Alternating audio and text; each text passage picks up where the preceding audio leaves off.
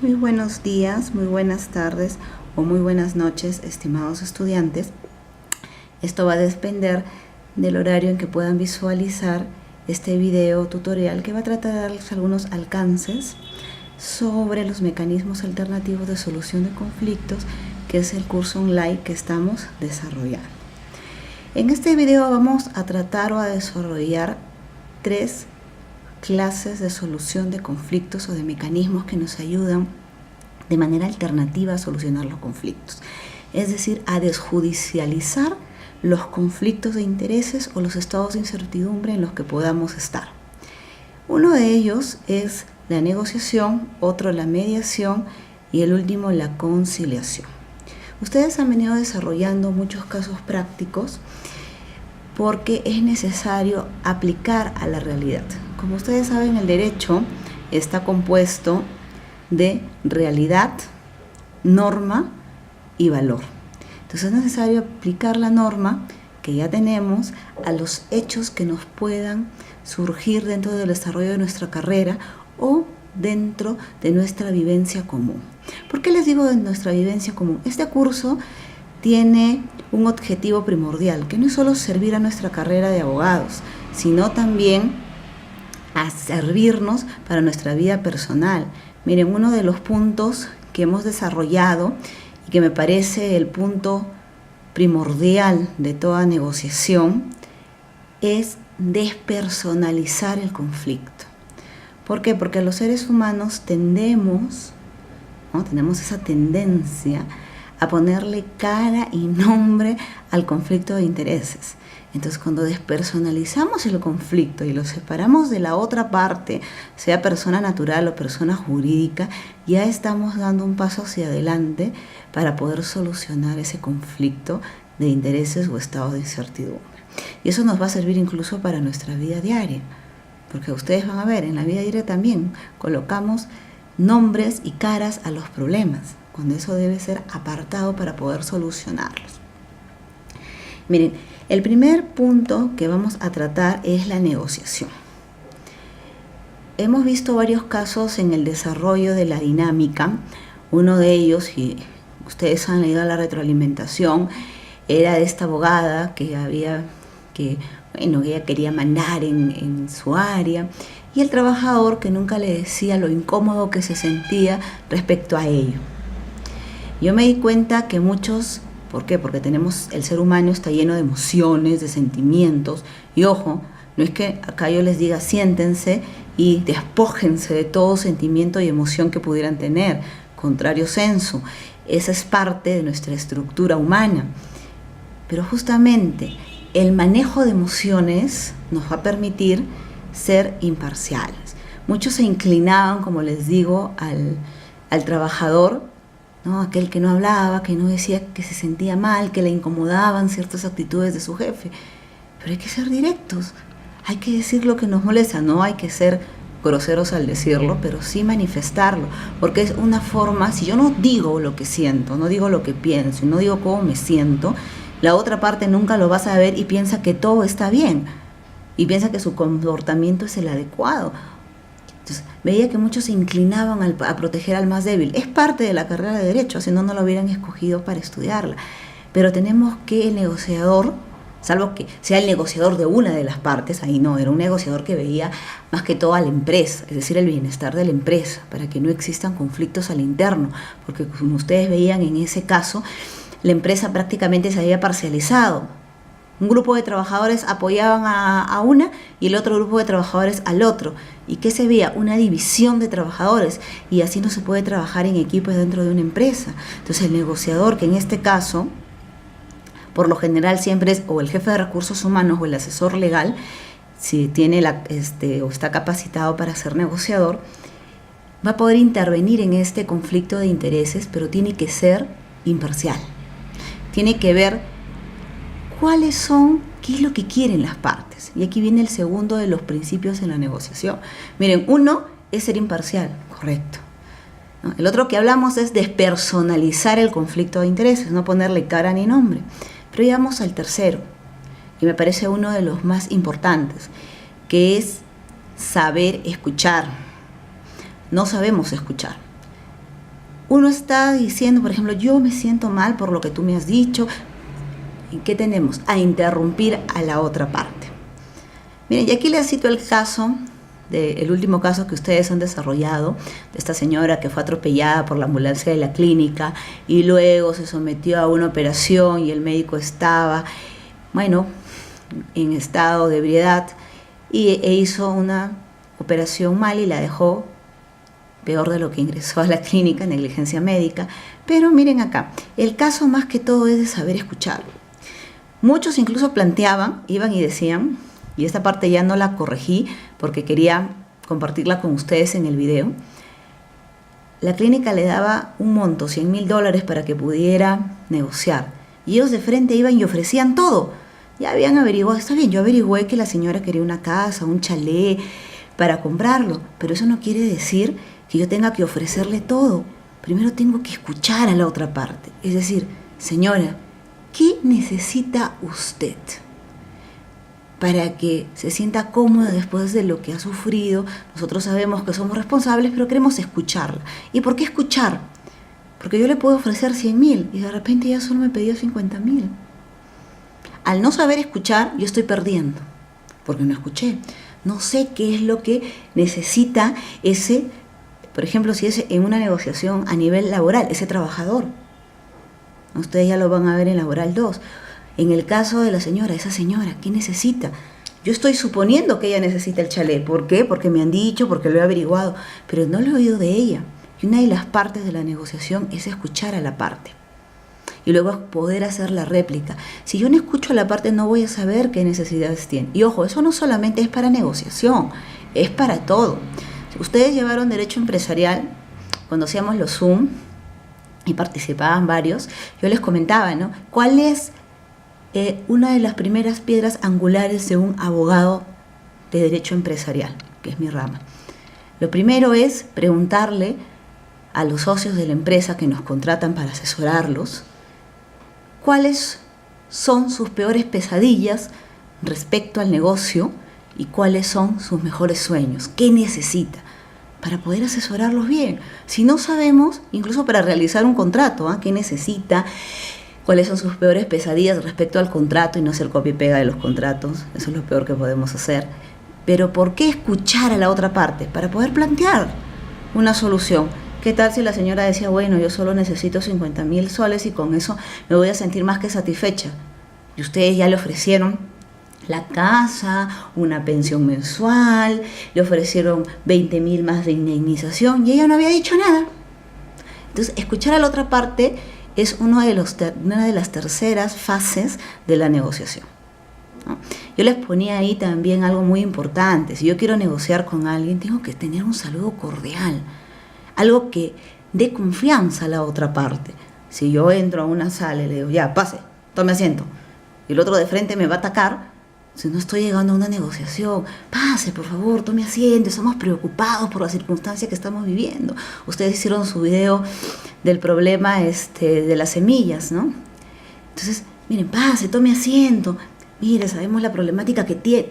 Ese saludo cálido, esa invitación, algunos no me hicieron saludo de frente, se fueron a la negociación, pero ese saludo cálido es el que invita a la otra parte a tenerte confianza, ¿no? Y aquí partimos de la negociación integrativa y la negociación distributiva. ¿Y por qué estas dos?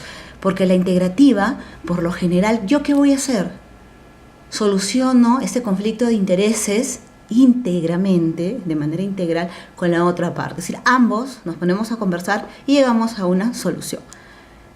Entonces, si yo quiero llegar a una solución integrativa, definitivamente no me puedo poner frente a frente con la persona con la que voy a conversar.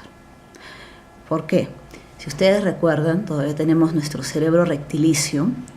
Todas las guerras, ¿cómo se han hecho en la antigüedad? Todas frente a frente. Venían los soldados de un lado, los soldados de otro lado y se enfrentaban. Por eso que en la mayor parte de los centros de conciliación utilizan mesas redondas.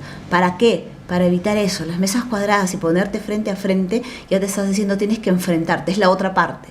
No, en la integrativa yo no puedo sentarme frente a frente. Esa es una de las primeras reglas. Segundo, lo más indicado es sentarme al lado de. ¿Por qué? Porque en la integrativa yo voy a conversar. Necesito que esa persona me brinde su confianza, pero no solamente que me la brinde, sino también yo brindarla.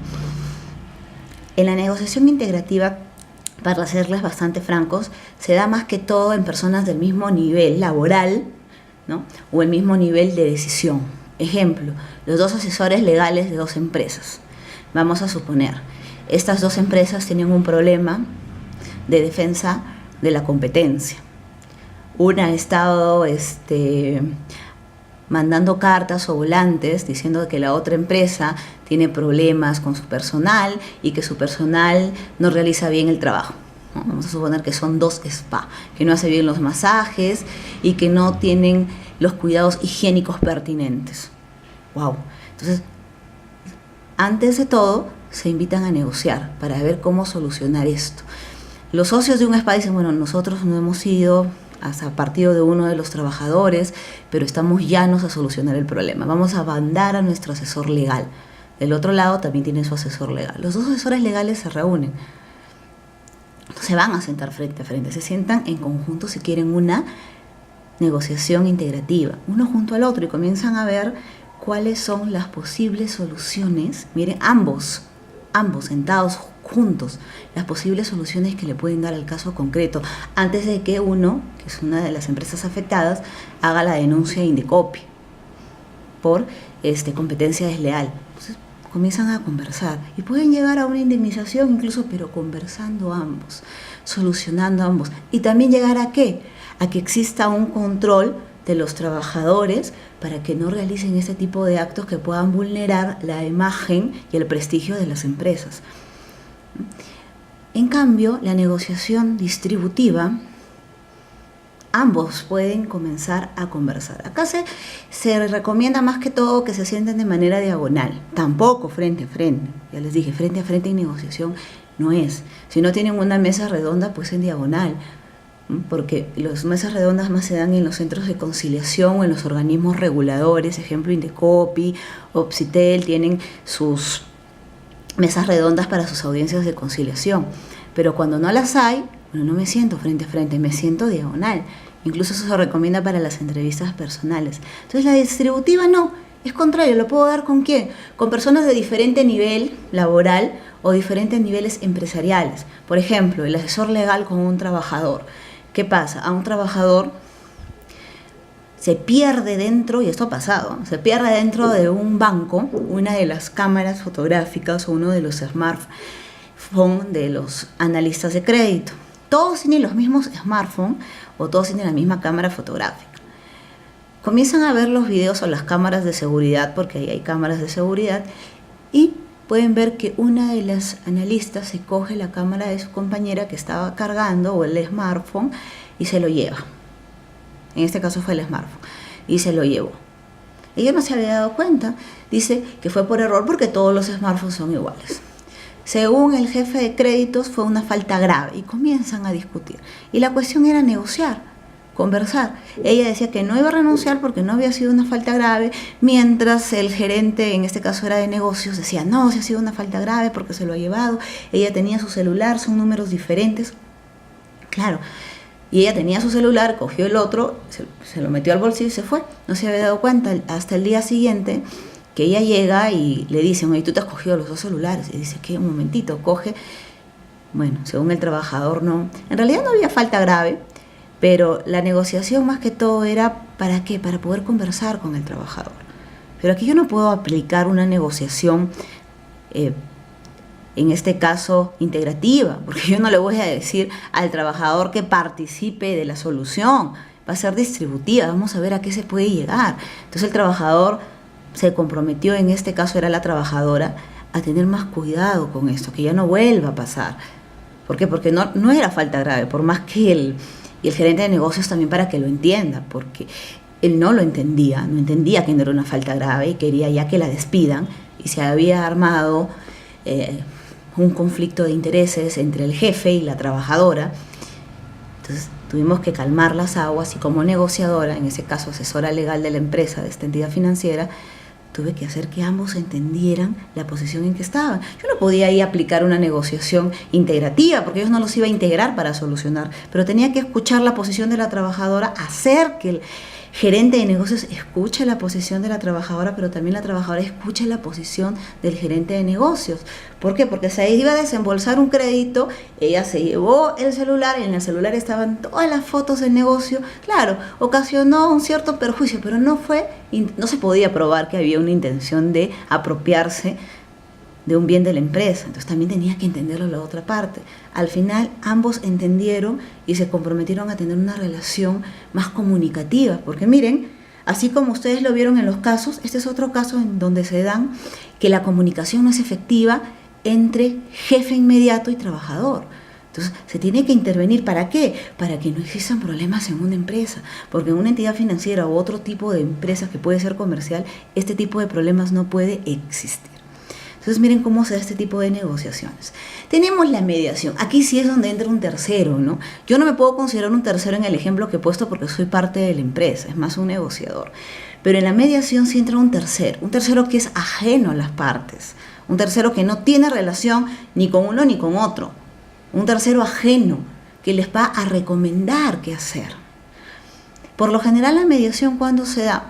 Se da cuando un trabajador, vamos a suponer, y esto también es un ejemplo de la vida real, la jefa de recursos humanos fue despedida porque se olvidó de dar vacaciones a varios trabajadores y se tenía que pagar la indemnización correspondiente. Y esto ustedes lo verán en derecho laboral. Bueno, ella fue al MINTRA, Ministerio de Trabajo, y nos invitaron para hacer una mediación. ¿Por qué? Porque ellos querían ver si se podía ahí nomás arreglar, porque ella estaba pidiendo una indemnización por despido arbitrario, lo cual no era arbitrario, porque sí había cometido errores donde tenía ahora que la empresa pagar las indemnizaciones laborales a los trabajadores que no habían gozado del goce físico de sus vacaciones. El MINTRA y el que trabaja ahí, el trabajador que hace las veces de mediador, no es ni para una parte, es decir, ni para la empresa bancaria, ni para la trabajadora. Él está en medio. Él va a dar una resolución resolviendo el conflicto. Él lo que va a hacer es que escuchar a una parte, escuchar a otra parte y poder recomendarles mecanismos de solución a su problema. Eso es lo que involucra la mediación. Entonces, miren, en la mediación el sujeto tiene que ser sí o sí imparcial. No puede inclinar la balanza a ninguna de las partes. Tiene que hacer que ambas partes, ojo, se escuchen, que traten de entender, que tienen que despersonalizar el problema para que se sientan más cómodos resolviendo. Y tampoco los puede sentar frente a frente. Tiene que sentarlos diagonal. Y si la mesa es redonda, mejor todavía. Y vamos a pasar a la parte de conciliación. En conciliación sí me gustaría comentarles, estimados estudiantes, de que lo primero que se tendría que ver es cuáles son las materias conciliables, porque no todo se concilia. Yo no puedo conciliar ciertas cosas, es decir, no pueden ser objeto de conciliación. Ejemplo, dice, son materias conciliables aquellas pretensiones determinadas que versan sobre derechos de libre disposición de las partes, aquello que yo puedo disponer libremente. Ejemplo, un trabajador no puede ir a conciliación para renunciar a su derecho a gratificación, porque son derechos imponibles por la norma. Eso no. ¿Puede renunciar a su CTS? Tampoco. Entonces, eso no es materia conciliable, para darles un ejemplo. ¿Qué más tenemos? En materia de familia, ¿no? Dice, el conciliador en materia de familia velará por los acuerdos que puedan adoptar las partes para salvaguardar los derechos siempre del menor. Ojo. Por ejemplo, se consideran como materias conciliables la pensión de alimentos. Es decir, la pensión de alimentos, me refiero al monto, no al hecho de que tenga o no derecho de tener pensión de alimentos, pero sí al monto. Es una materia conciliable. Pueden ir a un centro de conciliación y, sin ir a un proceso judicial, determinar que el obligado cuánto le tendrá que pasar al menor, porque habla de alimentos de menor, pero no solo del menor, puede ser también del mayor que sigue estudios superiores satisfactoriamente hasta los 28 años de edad. Son materias conciliables, el monto, no el derecho a. ¿no? Aquella persona que se divorció también y no está no tiene ningún trabajo, también tiene derecho a alimentos y el monto es una materia conciliable. Y acá hablamos, obvio, de los nacidos dentro del matrimonio, de aquellos hijos que son reconocidos, porque los hijos alimentistas, salvo que la persona, es decir, en este caso el entre comillas obligado, quiera hacer esa conciliación, se puede hacer. De lo contrario, tienen que ir al Poder Judicial para determinar la filiación.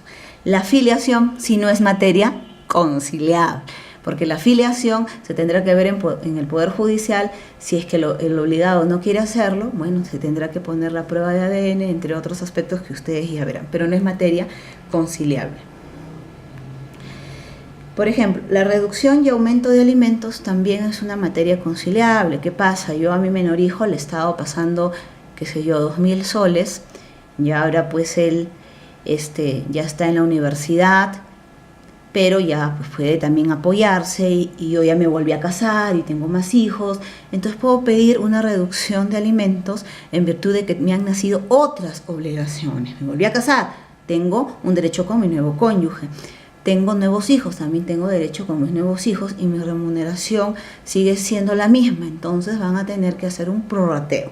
Entonces también puedo pedir esta reducción, es materia conciliable, porque de repente viene mi hijo ya mayor de edad que estudia en la universidad y dice, sí, tienes razón papá, yo ya puedo apoyar en otras cosas, o mamá, porque ambos pueden ser llamados a conciliación, entonces también es materia conciliable. Entonces, ¿qué otra materia será conciliable? Por ejemplo, en materia civil, la resolución de contrato. La resolución de contrato también es materia conciliable. ¿Qué pasa si yo ya no, por ejemplo, tengo un arrendamiento, un contrato de arrendamiento de una tienda comercial y yo ya no quiero seguir con esa tienda comercial? Puedo llamar a conciliación para resolver el contrato. Tengo un contrato de 1 año, pero lo quiero resolver. Otra materia conciliable en materia civil es el incumplimiento de contrato. También es materia conciliable. ¿Por qué? Porque busca el cumplimiento de las partes en un contrato. Puede ser de prestaciones recíprocas o no. Acá no es incumplimiento de contratos en general. También tenemos el otorgamiento de escritura pública. Es decir, compré un inmueble y lo compré por minuta. ¿Puedo conciliar el otorgamiento de escritura pública? ¿Qué pasó? Ojo, también les doy este ejemplo. Yo compré por minuta al señor Juan Gómez. El señor Juan Gómez falleció. Ahora él ya tiene sus herederos inscritos en registros públicos porque hicieron su sucesión intestada. Pero los herederos también los puedo llamar a conciliación para que me hagan el otorgamiento de escritura pública, porque ya no está el señor Juan Gómez. Rectificación de áreas y linderos. ¿Qué pasa? Dentro de los planos hay bastantes dudas sobre las áreas. Vamos a ver, mi vecino construyó o ha cercado más allá de donde le correspondía, porque habían dudas. Su plano dice hasta 6 metros, el mío dice... Entonces, rectificación de áreas y linderos también se puede conciliar. Ofrecimiento de pago. Este es bonito. ¿Por qué? Porque yo puedo llamar a un trabajador que no quiere recibir sus beneficios sociales. No me digan que todos quieren recibir, mentira. Llamo al trabajador, ven por favor, necesito que tú me recibas tus beneficios sociales. No quiero, yo voy a demandar. Bueno, mientras demandas, ¿yo qué voy a hacer? ¿Puedo ofrecer el pago? Sí, mediante una conciliación, quede en acta. Pero, por último, si él no lo recibe, también lo puedo hacer vía judicial, pero también es una materia conciliable para que venga el trabajador y pueda recibir. Eso también se puede dar en alimentos, cuando uno de los padres no quiere recibir la pensión alimenticia para el hijo. ¿Qué más tenemos? División y partición. También es materia conciliable. Un solo inmueble donde son condóminos 6. Vamos a suponer es toda una cuadra y son condóminos 6. Porque el padre les dejó a ellos ese terreno como objeto de la herencia. ¿Y ellos qué van? Se van al conciliador porque ya se pusieron de acuerdo, se van a poner de acuerdo para poder conciliar sobre esta división y partición del bien cuando son condóminos, que pueden ser familiares o no. Tenemos la indemnización, ustedes lo han visto, es decir, en el caso que vieron de esta señora que fue atropellada por la ambulancia y luego operada por este médico de la clínica. Entonces, ¿hay qué? Una indemnización también es materia conciliable, ¿no? La indemnización sola y la indemnización por separación unilateral de unión de hecho. Ustedes, no sé si ya llevaron familia, bueno, la unión de hecho entre personas de diferente sexo sí está vigente y aprobada en nuestro país. Pero ¿qué pasa? Si uno de ellos dice, bueno, hasta aquí nomás, chao, me voy, ¿puede hacerlo? Sí puede hacerlo, porque la norma se lo permite. Pero también la otra pareja, o sea, la otra parte puede pedir una indemnización. ¿Por qué? Porque fue justamente abandonada o, en este caso, se disolvió por una de las partes, a un abandono, una indemnización. Ojo, una indemnización, no le está obligando a que vuelva con ella, porque eso no se puede, o con él, pero sí una indemnización por el daño causado al separarse, porque de repente él o ella no trabajaban y solamente él cubría las necesidades del hogar y de un momento a otro se va. Entonces sí le puede solicitar una indemnización al respecto. ¿Qué otra materia conciliable tenemos? El retracto. Ustedes ya han de haber visto el retracto, ¿no? Busca el derecho de adquisición preferente a favor de determinadas personas en el caso de bienes a terceros. Si no lo han visto, acuérdense del